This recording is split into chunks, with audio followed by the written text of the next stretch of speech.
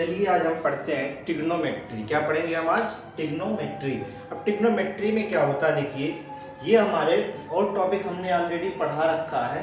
अब हमें थोड़ा सा देखना है एक्सरसाइज के बारे में। तो एक्सरसाइज है, जो फर्स्ट एक्सरसाइज है ट्रिग्नोमेट्री का, उसको हमने सॉल्व किया है। तो उसको हम देखेंगे कौन सा है, क्लास 11th का है, सीबीएसई बोर्ड। अब चाहे सीबीएसई बोर्ड का हो या यूपी बोर्ड का है, लगभग सेम सवाल है। तो इसको हम जानेंगे कैसे हम सॉल्व करते हैं। देखिए पहला क्वेश्चन क्या दे रखा है हमारे पास, कह रहा है sine square pi by 6 plus cos square pi by 3 minus ten square pi by 4 is equal to minus half. ये दिया है जो इक्वेशन, इसको कह रहा है आपको प्रूव करना है। तो राइट हैंड साइड जो होना चाहिए वो लेफ्ट हैंड साइड के इक्वल आना चाहिए। तो हमने क्या किया, इसको सॉल्व करने पे हमें कितना आना चाहिए, ये आना चाहिए।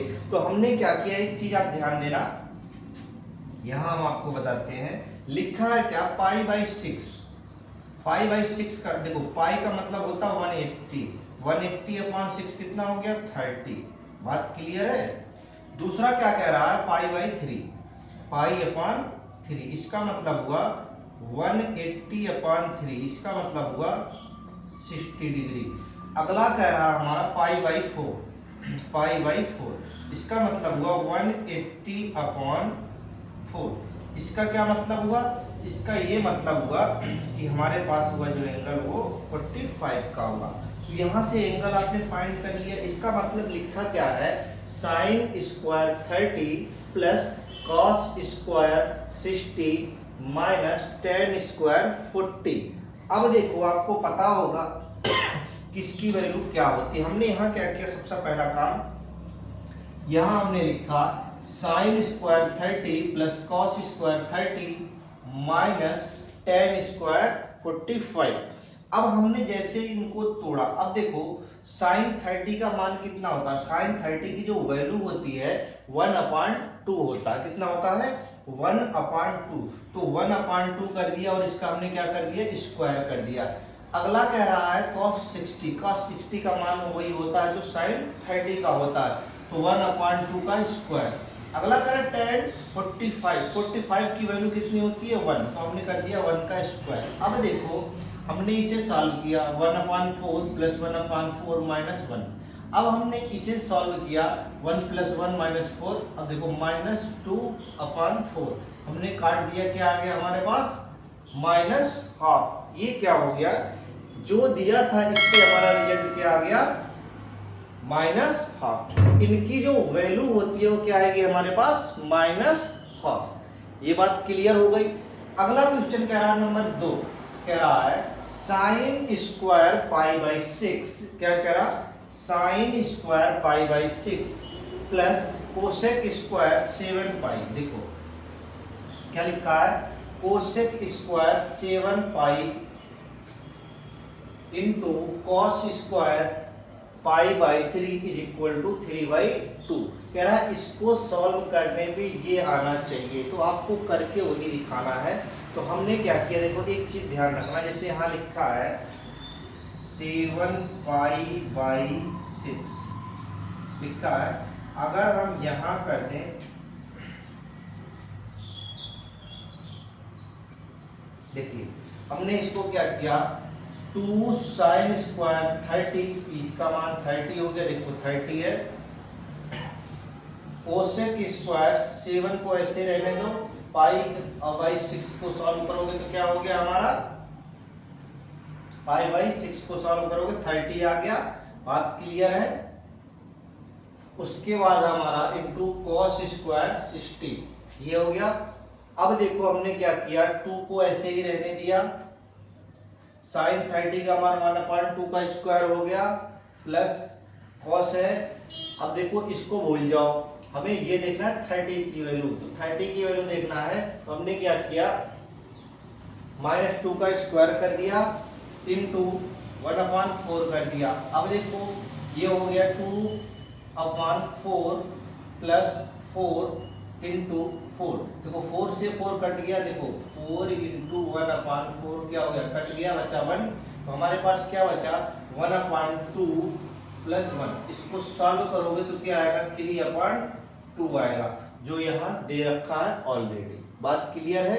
इसके बाद कह रहा है हमारा अगला सवाल क्या कहता है उसके बारे में हम जानेंगे। देखिए अगला कह रहा है हमें cot square pi by 6 plus cosec square 5 pi by 6 plus 3 tan square pi by 6 is equal to कितना कह रहा है 6 कह रहा है। तो हमने क्या किया, cot स्क्वायर इसको हमने चेंज किया तो कितने वैल्यू आ गई 30 आ गई। अगर इसको हमने चेंज किया, देखो इसको हम क्या लिख सकते हैं 5 पाई बाई 4 लिखा है, क्या लिखा है 5 पाई बाई 6 लिखा है। इसको हम क्या ऐसे लिख सकते हैं, क्या पाई माइनस पाई बाई 6 लिख सकते हैं। देखो 6 pi minus pi upon 6 is equal to 5 pi by 6 हमने लिख दिया। ये बात क्लियर है। इसके बाद क्या कह रहा, हमने लिखा plus 3 tan square pi by 6, pi by 6 को कन्वर्ट कर दिया हमने 30 में। तो हमने यहाँ किया cot square 30 plus cosec square pi minus pi upon 6 plus 3 tan square 30। ये बात क्लियर है। अब देखो पाई माइनस पाई का मतलब होता है 180 माइनस थीटा, यानी क्या क्या रहा है, ये थर्ड क्वाड्रेंट की बात कर रहा है। किसकी कर रहा है, सेकंड क्वाड्रेंट की बात कर रहा है। तो सेकंड में जो होता है कॉस क्या होता है, पॉजिटिव होता है निगेटिव होता है, वो आपको जानना है कैसे, हमने वो ऑलरेडी आपको बता रखा है लेक्चर में। तो उसको हम क्या करेंगे, देखिए